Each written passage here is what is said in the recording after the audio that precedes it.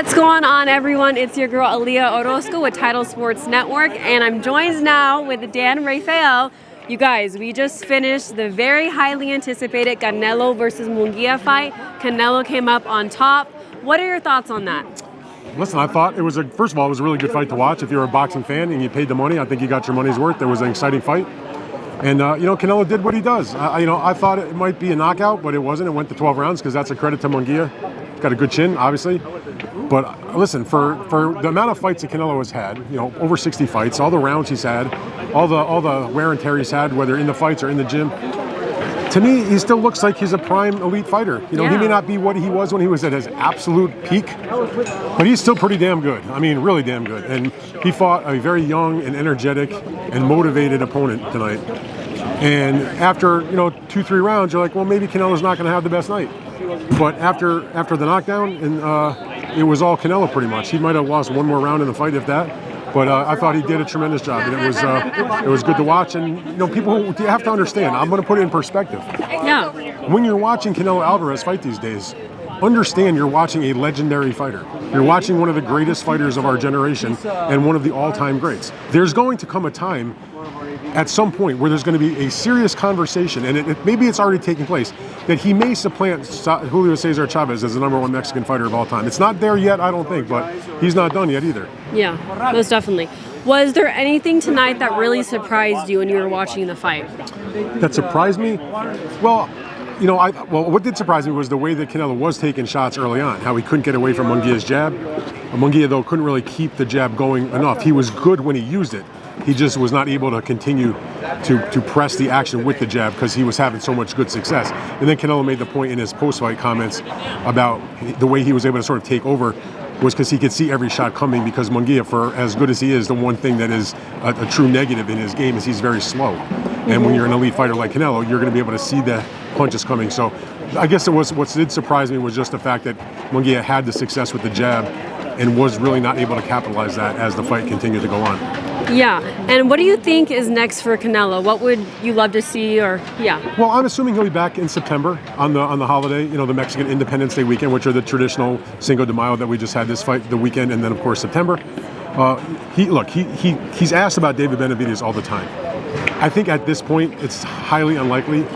He clearly doesn't want that fight. Now, obviously, if somebody writes the check for some crazy amount of money, he'll fight, probably his mom if he had to. So I don't expect it to be David Benavidez, because also David, for the June fight, is going up to 175 pounds. It's hard when you go up to then come back down, especially when you're making that move, and you've already been in the same 168-pound weight class for his entire career.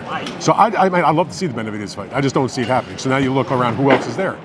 And that's really a hard call to make. I mean, we already went through what we went through in terms of getting this date squared away, where there was a lot of conversation about Jermall Charlo, which I still don't think the public will accept. It's a dead DOA on pay-per-view. No one's going to be really that interested to make a big splash or a ton of money on a fight like that. I think that on attrition and the mandatory status, that there's a very good possibility it could be Edgar Berlanga, who's the undefeated Puerto Rican. It would make, they'll make a big thing about it. It's Mexico versus Puerto Rico. Berlanga's been spoiling for the fight. He wants it very badly. He's also undefeated. He's got good punching power. I don't think he's at Canelo's level. He doesn't have any wins at that level. But they'll make a big show out of it, and it'll be a popular fight because of Mexican-Puerto Rican, is always a big deal, especially at the highest level of the sport. In your opinion, was this fight a lot more exciting to watch than the Charlo fight we saw last year? Oh, absolutely. I mean, the Charlo fight was, and when I say that was a terrible fight, it was really not Canelo's fault. I mean, he did score the knockdown, he did press the action. But, I felt it at the time watching it live, and I feel that today, all these months later, that Jermall Charlo came for the paycheck, to not get knocked out, and to leave, and that's exactly what he did. And it was just one of those fights where stuff happens. It does take two to tango, as we saw tonight. You got Jaime Munguia; he's there to brawl and to fight, and Canelo always likes to get in there and do a fight, and so that's what happened. But with Charlo, not a good fight, but this one was terrific. And what do you think this says for Munguia? Then he went the distance with Canelo, didn't get knocked out. It was a really good fight.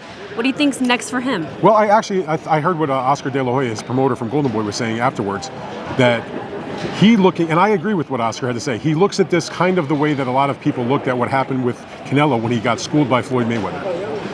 That was a tough loss. It was his first loss. I mean, he made a great paycheck, but it took away some of his pride. It took away his undefeated record. But what he did was he used that experience to grow as a fighter, to understand what he needed to get better at, to learn that he could still be in the ring with the best of the best. And I think what Oscar said, I agree with, which is Munguia can look at this fight, take away the lessons, the experience that he went and had competitive rounds and won some rounds against, arguably one of the top, handful of pound-for-pound fighters in the world. Didn't embarrass himself. He got knocked down, but he got up. So I don't know if there's anybody else in the super middleweight division that can give him a harder fight than that.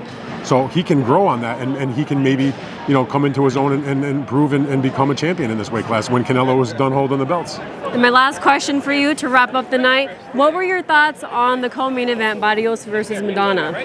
It was not as good as a fight as I thought it might be in terms of the action, but I got to give Barrios a lot of credit because he won very easily, and he did so with an eye that was like swollen closed for a good portion of that fight. So great heart from Barrios, good performance.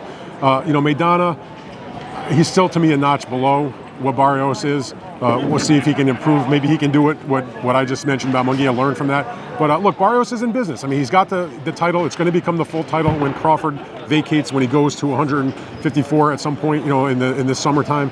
And Barrios is going to be there with a belt, and he's a fun fighter to watch. He's got a good fan base in San Antonio. They've got great fans there. They buy pay-per-view, so he's in great position. And maybe we'll see him fight Amanda Stanionis, who looked pretty good, shaking off 2 years of rust, coming back and winning the opening fight on the pay-per-view to retain his regular welterweight title. So there's some business there, and Barrios is going to be part of it. Most definitely. Well, thank you so much, Dan. We appreciate your time always. Stay tuned for more, fight fans. Bye. Bye. Thank you guys so much for watching. Please make sure to like, comment, and subscribe for more. Until next time.